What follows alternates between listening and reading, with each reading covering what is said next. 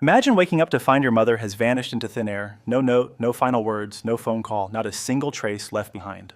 Her vehicle is sitting untouched in the driveway. All of her personal items are still inside the house. Her children are fast asleep in their beds, and the man just down the hall insists he knows absolutely nothing about what happened. This was the chilling reality for Sarah Wellgreen's family on the morning of October 10th, 2018, and what unfolded next exposed a calculated act of domestic violence so cold, so methodical, so perfectly concealed, that years later authorities still can't solve the one question that torments her family every single day. Where is Sarah? Are you obsessed with true crime? The Ultimate Serial Killer coloring book features 65 notorious murderers brought to life in striking black and white art. With single-sided pages, it's dark detailed and completely unforgettable, available now on Amazon. Before we delve into the specific events, you must first understand who Sarah Wellgreen was, because she was never just a statistic. She was an actual person with a vibrant life and people who loved her immensely. Sarah was 46 years old and resided in New Ash Green, a small village in Kent, England. She made her living as a beautician, a beauty therapist, and from every account, she was incredible at her job. Her clients put their faith in her. Her colleagues cherished her. She was the type of person who could make you feel at ease the moment she entered a room. But the role that defined Sarah more than any other was being a mother. She had 5 children, an incredible 5. And according to everyone that knew her, she was completely devoted to them. She was not the type of person who would just disappear without any explanation. She was not the type of person who would ever shirk her responsibilities. She was the kind of mom who messaged her kids even when she was swamped, who always answered her phone no matter what, who was consistently present. That's precisely why when all communication from her suddenly ceased, not a single soul believed for a moment that she had left on her own accord. In the months just prior to her vanishing, Sarah stood on the precipice of something wonderful. She had just landed a new position within the beauty industry, a job that offered better wages, a company car, and the financial freedom she had been pursuing for years. She was making plans to completely remake her life. She intended to buy out her ex-partner from the house they co-owned and finally press forward on her own terms. She was not escaping her life. She was forging a new one. To truly comprehend what happened to Sarah, you must first get to know the man at the very center of this story, Ben Lumba. Sarah and Lumba had initially connected online. Sometime around 2004 at that point, both were living in Kent, and their relationship grew serious very quickly. They eventually moved in together and started a family, and for some time their life seemed to be working, even if it wasn't always simple. The two of them had 3 children of their own. Sarah also had children from a previous relationship.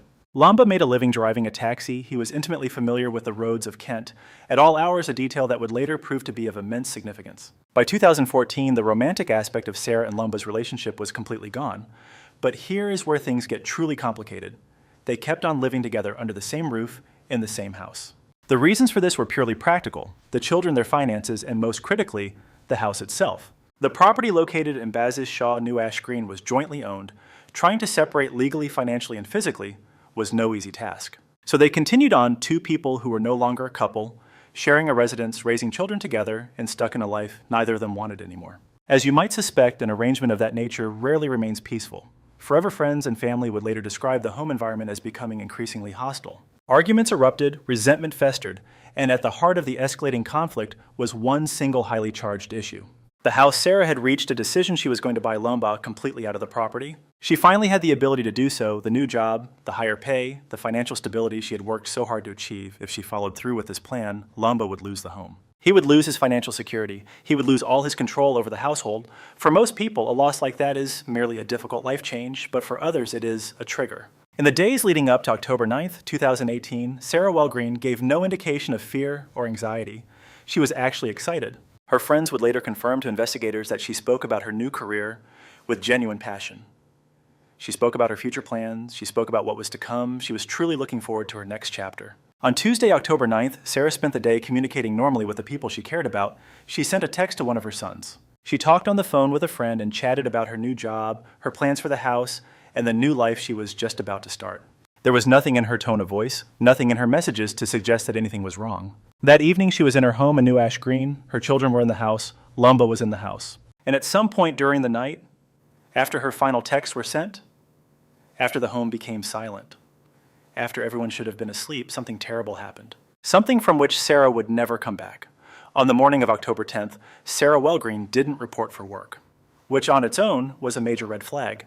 She was starting a brand new job, and she was never the kind to miss work without calling. Yet it was her complete silence that genuinely terrified her family. No texts, no calls, no social media updates, no bank activity, nothing. Her phone was entirely off the grid. When her family members tried to get in touch with her, they received no reply. When they went to the house, they discovered her car parked right outside. All of her personal belongings were still there. There wasn't a single sign that she had packed for a trip. There was no sign she had intended to go anywhere at all. There was only an empty space. A missing persons report was filed with police almost right away, and authorities arrived and started questioning the people inside, where Lamba told them he went to bed early. He claimed that he had not seen Sarah go. He stated he had no idea where she could be. And from that very first statement, detectives knew something was terribly wrong. The investigation into Sarah's disappearance moved forward at a rapid pace because the facts of the situation left little room for misinterpretation. Sarah Wellgreen had 5 children. She absolutely adored. She had a new job about to start, and she had financial plans already set in motion. She had a phone that she was on constantly and a family with whom she kept in regular contact. There wasn't a single person who knew her who thought she had voluntarily walked away. So police focused their attention on the home almost immediately. The void where evidence should have been screamed foul play from the very beginning. Investigators found no trace of her, leaving no plane reservations, no railway bookings, not even the slightest movement from her own car. Her bank accounts remained completely untouched. Not a single message was sent from her phone after the night of October 9th. Her phone went dark and never powered on again. But one detail in particular turned this whole investigation on its head: the surveillance cameras. Positioned near the home were CCTV units that should have recorded any activity around the house that night. When detectives moved to pull the video files, they uncovered something truly unnerving. Some camera lenses had been deliberately obscured, while others were simply turned away. Any footage that could have shown what truly occurred that evening had vanished. This was absolutely no accident. Prosecutors would eventually contend that Lamba had methodically disabled the cameras before he committed the crime, not afterward, but before. That single piece of information fundamentally altered the entire scope of the case. Because if he manipulated the cameras before Sarah went missing, then whatever transpired that night wasn't some spontaneous argument that spiraled out of control. It was a calculated plan. While the precise events inside that house remain a mystery, since Sarah's body has never been recovered, a theory emerged. Investigators pieced together a timeline from what they had. Prosecutors believe Lamba took Sarah's life inside their residence on the night of October 9th or in the early morning of October 10th. The murder they proposed was executed in a manner designed to leave behind almost no forensic trail. The house showed no visible signs of a confrontation. There was no blood, no wreckage, nothing that would have alerted the children asleep in their beds. After ending her life, detectives theorized Lamba used his cab to move her body from the residence. Just consider that for a second. A taxi driver on the road at night is perfectly normal. A vehicle navigating the Kent countryside at 2 or 3 in the morning raises no alarms. Nobody gives a second thought to a cab on a dark rural road. Authorities are convinced he drove her remains to a secluded spot somewhere deep in the Kent landscape and left her there. Key areas of interest for the search were farmlands and woods surrounding Longfield Ash, Seven Oaks, and Dartford. Then he drove back home and simply waited. What came next was among the most extensive search efforts the county had ever witnessed. Police conducted systematic grid searches of the entire region. Scores of volunteers came to help the cause. Highly specialized teams were called in to assist. Throughout the investigation, over 1,250 distinct sites were carefully combed over. Search parties deployed cadaver dogs specifically trained to locate human remains. Drones scanned vast swaths of open terrain from the sky. Ground-penetrating radar was used to inspect disturbed soil. Sonar was used to search bodies of water, while fields, forests, roadside ditches, ponds, farmlands, and rural roads were all scoured. Over 200 sites and still nothing. Not one clue to Sarah Wellgreen's whereabouts ever surfaced. For her loved ones, every unsuccessful search felt like a fresh wound. Her son, Jack Burdett, emerged as a prominent voice for his mother, giving interviews, joining search parties, and making pleas to the public. He repeated it over and over. The family didn't just want a conviction. They wanted their mom back. They just wanted to bring her home. Even without the discovery of a body, law enforcement compiled enough proof to formally charge Ben Lamba with her murder. The trial began at Woolwich Crown Court in London in 2019, and it was immediately apparent this would be a case constructed exclusively from circumstantial evidence. The prosecution laid out a painstaking argument. They took the jury through the final weeks of Sarah's life, detailing her future. They showed her ambitions, her high spirits, her cell phone records, and her absolute lack of any motive to disappear. They proved that she had never once in her life vanished without telling anyone. They underscored the fact that her children had not heard a single word from her since the evening of October 9th. They highlighted that her vehicle never left the driveway, her bank account saw zero activity, and her phone never reconnected to any network. And then their focus shifted to Lamba. They presented his initial claim that he had gone to sleep early and witnessed nothing. They then demonstrated how that story completely fell apart against the known timeline. They laid out the proof of the tampered CCTV cameras and declared this was undeniable evidence of premeditation. They revealed the details of their property conflict, which gave him a powerful financial and emotional motive. The defense, of course, argued the most obvious point. There was no body. Without one, they contended there could be no proof of murder. But the prosecution had seen that defense coming from a mile away. They posed a very straightforward question to the jury. If Sarah Wellgreen were somehow still alive, where could she possibly be? Why wouldn't she have ever reached out to her own children? Why has she never touched her money? Why has there been no digital footprint of her existence for well over a year? The answer the prosecution insisted was no mystery at all. The only possible answer was that Sarah was no longer alive. On October 28, 2019, the jury returned from deliberations with a unanimous decision. Ben Lumba was found guilty of murder. The judge handed him a life sentence decreeing he must serve a minimum of 27 years before becoming eligible for parole. On the courthouse steps, Sarah's family broke down, not only from grief, but from the unique exhaustion of those who had fought for a year just to have the truth they knew become official. Their mother was murdered, and now the justice system confirmed it, but she was still somewhere out there. Even with the guilty verdict, even after the sentencing, even now, Ben Lumba has not uttered a single word about where he left Sarah's body. There has been no confession, no hint, no attempt at a deal, only an unbearable silence. That silence is a special kind of cruelty. Sarah's family is unable to have a proper funeral. They have no grave to visit. They can't stand in a place and say, "This is where she rests." Model, he is certain this is her final resting place. Jack Padette hasn't stopped speaking out, hasn't stopped searching, hasn't stopped begging for a single piece of information from someone, anyone, perhaps a neighbor who glimpsed something strange in the dark, or a trucker who caught sight of a car on a lonely back road, or even a farmer who discovered an odd disturbance in his field. Authorities remain convinced her body is hidden somewhere within the vast Kent countryside. They hold out hope that a random find during a building project, or routine agricultural work, or just a hiker stumbling across the right patch of land at the perfect moment might finally unlock this case's heartbreaking secret. To this very day, Sarah Wellgreen remains missing, lost without a trace. Let's dive into the technical and forensic evidence. From a purely investigative perspective, the Sarah Wellgreen case stands out for a number of compelling reasons. Primarily, and what makes it so crucial, is that prosecutors secured a murder conviction without ever finding the victim's body. Legally, this is known as a no-body homicide, a type of case that is notoriously challenging to bring before a court. The fundamental hurdle is that the prosecution has to establish beyond all reasonable doubt that the person is deceased, all without the crucial evidence of their remains. Historically, the justice system has been extremely hesitant to hand down a conviction when there's no tangible proof that a death has occurred. For this trial, the prosecution meticulously constructed its case by weaving together a web of circumstantial details. There was the complete digital void, her sudden disappearance from daily life, a total halt in all financial activity, and the physical proof of manipulated CCTV cameras, plus the sheer absurdity of any theory suggesting she left of her own accord. That CCTV tampering was likely the most critical piece of forensic evidence they had. It screamed premeditation. A crime of passion, a sudden explosive fight, or a flash of fury doesn't include the careful repositioning of security cameras beforehand. The reality that the cameras were deliberately moved prior to her disappearance was a clear signal to detectives that the culprit had a plan in mind. Analyzing the suspect's vehicle provided another pivotal piece of the puzzle. Detectives scrutinized the GPS information and mileage logs from Lumba's taxi, trying to piece together his exact route on that fateful night. Although they couldn't pinpoint the precise disposal location, this analysis helped paint a broader picture of his movements. The digital investigation proved just as vital.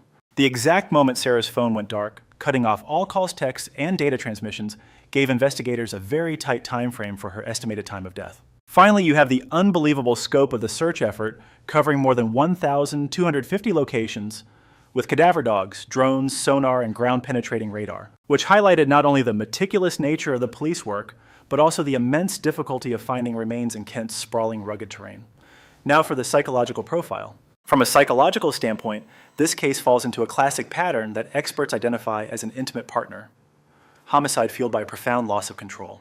To grasp what probably motivated Ben Lumba, it's essential to look at the psychological pressures of the circumstances he was facing. Even years after their romance was over, Lumba still held on to one thing: proximity. He shared the same roof, he was woven into the fabric of the daily routine, he still had direct access to their children. In a very concrete way, he maintained a stake in their home. So even with the relationship finished, his foothold in Sarah's life remained firmly in place. But then Sarah landed a new job with a higher salary, a company vehicle, and financial freedom, and she decided to buy out his share of the house. In an instant, everything was different. The monetary tie that bound them was about to be severed.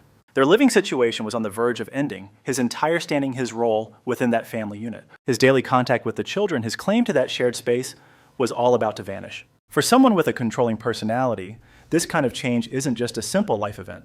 It registers as a direct threat. It feels like a complete erasure of their very identity. Studies in criminology regarding domestic violence consistently reveal that homicides between partners happen most often not while the couple is together, but at the precise point of separation. It's the instant the victim makes a move to leave. It's the moment their freedom becomes a reality instead of just a possibility. Sarah wasn't merely ending the relationship. She was gaining financial liberty, establishing her career, and creating physical distance. She was systematically detaching herself from every single tie of reliance or connection Lumba had clung to. The forethought implied by the camera tampering fits what psychologists term predatory violence, which is calculated, controlled, and planned, unlike effective violence, which is explosive and impulsive. Lumba didn't just snap, he schemed. His persistent silence since the conviction, his refusal to disclose where Sarah's body lies despite her family's agony, demonstrates an ongoing obsession with control. In her death, just as in her life, he clings to the last fragment of power he possesses, the secret of her location. Let's recap the timeline of this case one last time. Around 2004, Sarah Wellgreen and Ben Lumba connected online and started a relationship in Kent, England. They created a life together, raising children and sharing a house in New Ash Green. By 2014, however, the romantic part of their partnership had dissolved, but they remained under the same roof for practical purposes as friction grew over money and their co-owned home. In 2017 and 2018, Sarah started mapping out a new future for herself. She landed a better job, was on the path to financial freedom, and resolved to purchase Lumba's share of the house.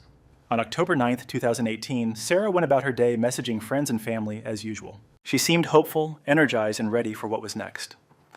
That night, after sending her final texts, she disappeared forever. On October 10th, her family understood something was terribly wrong. There was no activity on her phone, no bank card usage, no travel documents accessed, and absolutely no communication with her children. Her vehicle was parked undisturbed right outside their home. A missing persons report was officially filed. Detectives immediately zeroed in on Lumba. His account of events was full of contradictions.